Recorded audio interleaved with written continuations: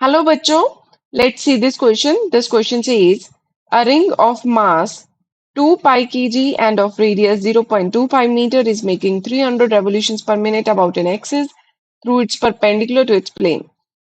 तो एक रिंग है हमारे पास, ठीक है, उसका मास दे रखा है हमें और रेडियस दे रखा है और बोला है वो 300 रेवोल्यूशंस पर मिनट कर रही है इसकी एक्सिस के अबाउट, और एक्सिस क्या है, परपेंडिकुलर टू इट्स प्लेन। तो हमें बताना है the tension in newton developed in ring is approximately. तो इस रिंग में जो टेंशन डेवलप हो रही है वो कितनी है। हम सबसे पहले इस रिंग का छोटा सा एलिमेंट कंसिडर करते हैं। लेट्स से ये एलिमेंट हमने कंसिडर कर लिया।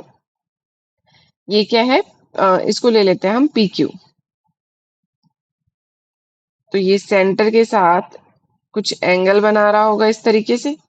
अगर हम इस एंगल को डी थीटा ले रहे हैं तो ये एंगल भी क्या होगा, डी थीटा। ठीक है, तो हमने ये small element P Q consider कर लिया जो कि सेंटर के साथ 2d थीटा एंगल बना रहा है। अब यहाँ पे देखो टेंशन जो डेवलप हो रही होगी इस रिंग में, ये टेंशन होगी इस तरीके से टी, स्मॉल उसके लिए देख रहे हैं हम, यहाँ पे टेंशन हो रही होगी टी।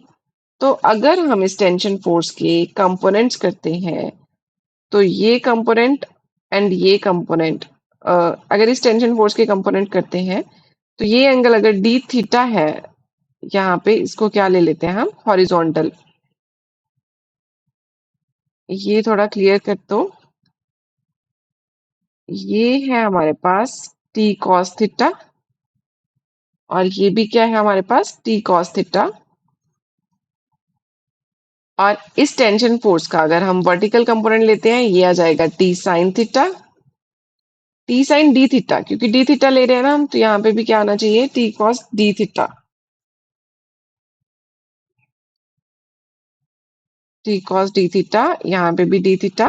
और इस टेंशन फोर्स का भी अगर हम वर्टिकल कंपोनेंट लेते हैं तो वो भी कितना आ जाएगा, टी साइन डी थीटा। तो ये आ जाएगा 2t साइन डी थीटा।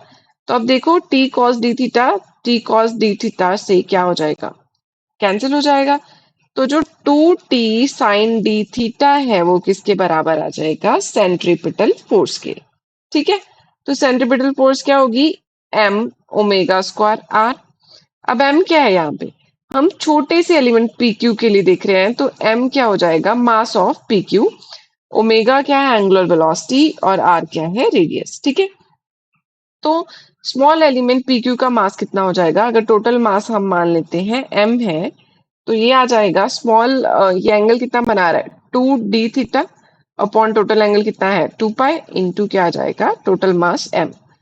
ठीक है, ओमेगा, ओमेगा की वैल्यू क्या लिख सकते हैं हम, 2 पाई इंटू न्यू, न्यू क्या है फ्रीक्वेंसी, इसका स्क्वायर इंटू आर क्या है, रेडियस। ठीक है, रेडियस हमें दिया हुआ है, हमने ये फ्रीक्वेंसी की टर्म्स में इसलिए लिखा है क्योंकि हमें फ्रीक्वेंसी गिवन है, तो रेडियस को एज इट इज लिख लेंगे।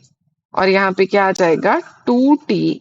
अगर हम मानते हैं कि डी थीटा बहुत ही स्मॉल है तो साइन डी थीटा क्या आ जाएगा, approximately equal to d theta. तो यहाँ पे क्या आ जाएगा, d theta.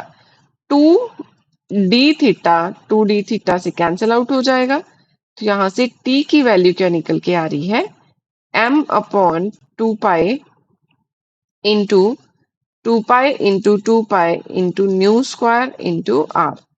2 pi cancel out हो जाएगा, तो यहाँ पे वैल्यूज पुट करनी है हमें सिंपल टेंशन फोर्स फाइंड करने के लिए। ठीक है, तो टेंशन फोर्स की वैल्यू कितनी आ जाएगी, मास कितना है, total mass 2 pi into 2 pi into nu square, new क्या है फ्रीक्वेंसी, तो 300 रेवोल्यूशंस पर मिनट दी हुई हैं, तो सेकंड्स में कन्वर्ट करें तो 300 बाई 60 आ जाएगा, क्योंकि एक मिनट में 60 सेकंड्स होते हैं, इसका स्क्वायर हो जाएगा। आर क्या है 0.25, या इसको क्या लिख सकते हैं 1/4। ठीक है, तो ये इससे कैंसिल आउट हो जाएगा 4।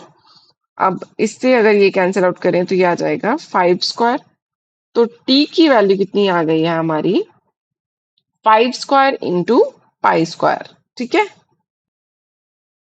तो इसकी वैल्यू निकल के आएगी approximately equal to 246 point something.